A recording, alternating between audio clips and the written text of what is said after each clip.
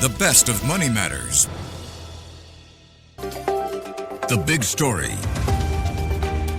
Welcome to The Big Story. I'm Hongbin, Jeong. Now, a tussle between father and son for control of property giant City Developments Limited has been revealed earlier today. CDL's executive chairman, Kwek Leng Beng, has publicly criticized his son, Sherman Kuek, who is CDL's group chief executive.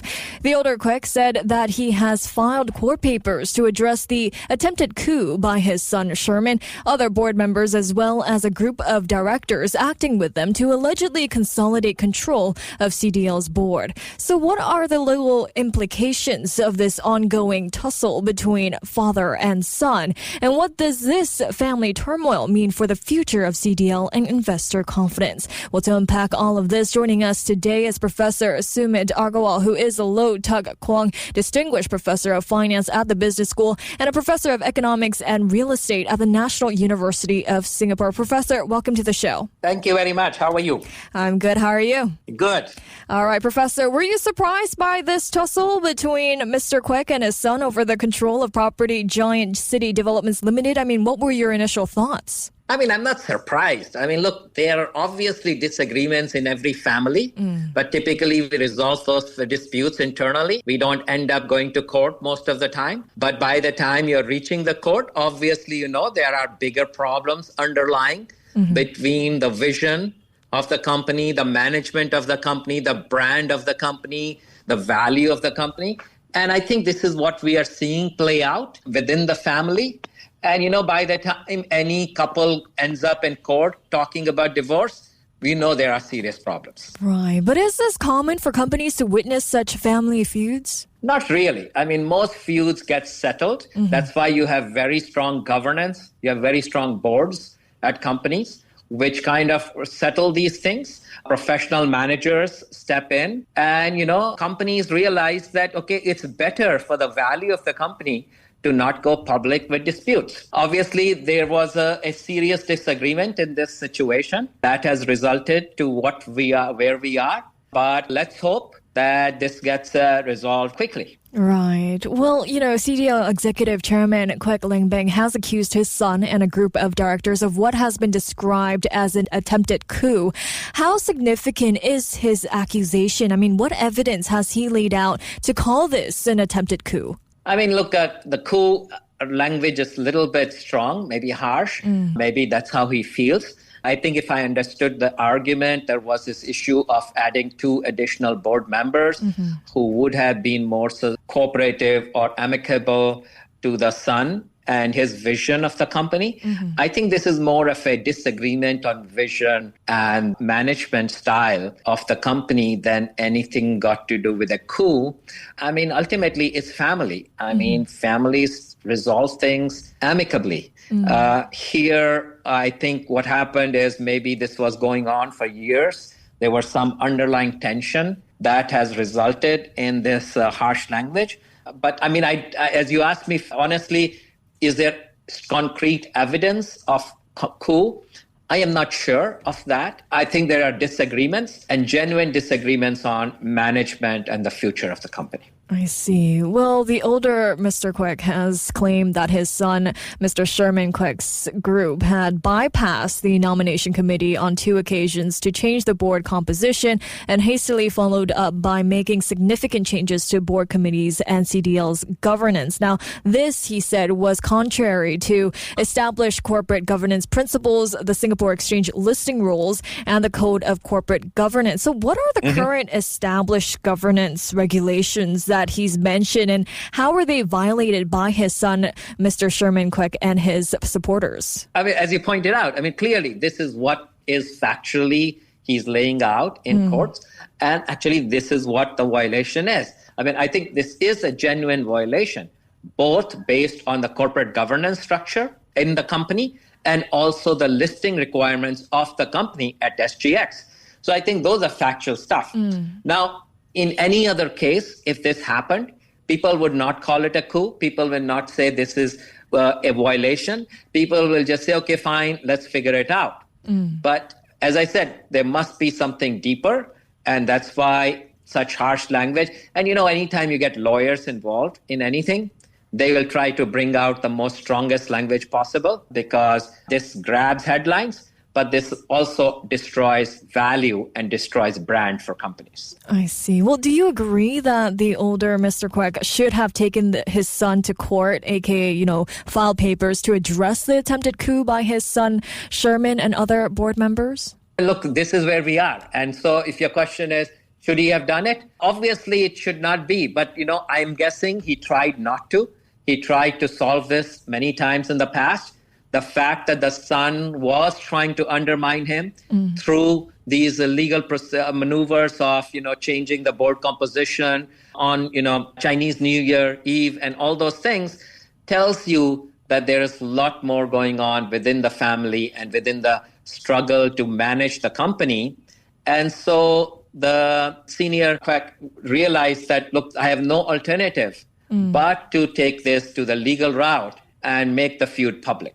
I see. So what are the potential outcomes of Mr. Kwek Leng Beng's legal action? I mean, there are personal outcomes. Obviously, this will be having problems in the corporate governance of the company. There could be issues on how this affects their listing at the SGX. Then there are public outcomes. What will happen to the stock price of the company? That's why they halted trading. That's why they're not releasing the statements from 2024. There will be other broader implications for the sector, the real estate developer sector, and there will be broader implications for housing supply and real estate supply in Singapore. So there are many ramifications because this, at this point, will not be resolved amicably in a very short time. I see. Well, in your opinion, Professor, how does Kwek Leng Beng's criticism of his son's action, reflect broader concerns about family businesses and succession planning? I mean, this happens. I mean, this is not in isolation. I'm guessing many times this happens around the world within Singapore, but most get resolved through governance and through intermediation within the family or through, professional intermediation through corporate governance. But if it goes at this level, it's a problem. I mean, a recent example, if you think about it, outside Singapore, was this tussle between Sam Altman and Elon Musk about how should we think about AI? Should it be a public good or a private good? And it was public, and there was this visible kind of fighting over a $1 trillion of investment into the company. So, I mean, it's not uncommon, but going in a small country like Singapore, where things most of the time get resolved amicably outside the court, this is significant. I see. Well, then how does Mr. Kwek Leng Beng justify his, decision to seek his son's dismissal as CEO, despite the familial, relationship here? Yes. I mean, this is we have been dealing with this case in family courts all over the world. I mean, people have been married for 30 years and then they go for a divorce. And then, you ask, wow, they have children, they have grandchildren, and they're asking for divorce. I mean, it happens. It is unfortunate. I think the court will decide how this will play out. But also the public opinion and the investors will also force them to come to the table and negotiate. I see. Well, will we see any financial consequences or implications with Sherman Kuek's leadership, particularly with regard to CDL's performance in recent years? Will Sherman be completely ousted from CDL? Hard to say at this point. I mean, it's not obvious. If that was the case, we would not see this play out in public like this. Right. He would have been out and we would not have this coup attempt. Okay. So clearly that's not going to happen anytime soon. But as I said, public perception, investor confidence, investor pressure, regulatory pressure from SGX will all try to bring both parties to the table to try to come up with a settlement that makes public confidence better and investors not lose a lot of money. I see. Well, now, Mr. Kuek's son, Sherman, has responded to this by saying he is disappointed by his father's so-called extreme actions against him after suits were filed. What could be Sherman's next move here? At this point, I would suspect that instead of making this more public and play out in the media, especially, it's not a good thing for anybody. For investors, for the family, for the company, for the employees. I think it's best either to be in court and kind of see how the court decides, or sit down with some intermediaries, corporate governance, board of directors, or just sit down in the bedroom or in the living room in the house and figure out how to resolve this amicably, because otherwise you're destroying a very good company over time. Right. Speaking of which, then, what potential risks could CDL itself face if the family feud continues, to disrupt its operations and leadership structure? Yeah, so there will be not immediate problem in ongoing projects, but you can imagine the longer term projects, the vision of where to develop, where to expand, what's the market share, what is the vision. All those things will be impacted because there will be vacuum of leadership, vacuum of decision making. And that could have effect on stock price, that could have effect on confidence. And obviously, they're in a competitive world. The other competitors will take advantage of this problem and grow, and CDL will suffer. I see. So how do you think this family dispute and corporate turmoil will impact CDL's, public image and investor confidence? And we'll see tomorrow morning when the stock price will take a hit. But yes, it will bleed. And the stock price will bleed, and it will be slow. As soon as they uplift the halt, we will see the stock price move.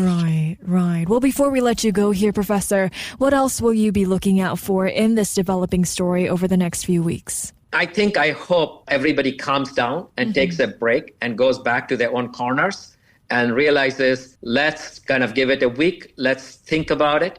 Let's get the board involved. Let's get the families involved, and let's find an amicable solution instead of let the media speculate and guys like me try to figure out how this will work out. I see. Well, thank you so much, Professor, for your time and your insights today. Thank you. Thank you. That was Professor Sumit Agarwal, who is the Lo Tuk Kwong Distinguished Professor of Finance at the Business School and a Professor of Economics and Real Estate at the National University of Singapore. This has been The Big Story with me, Hongbin Jeong.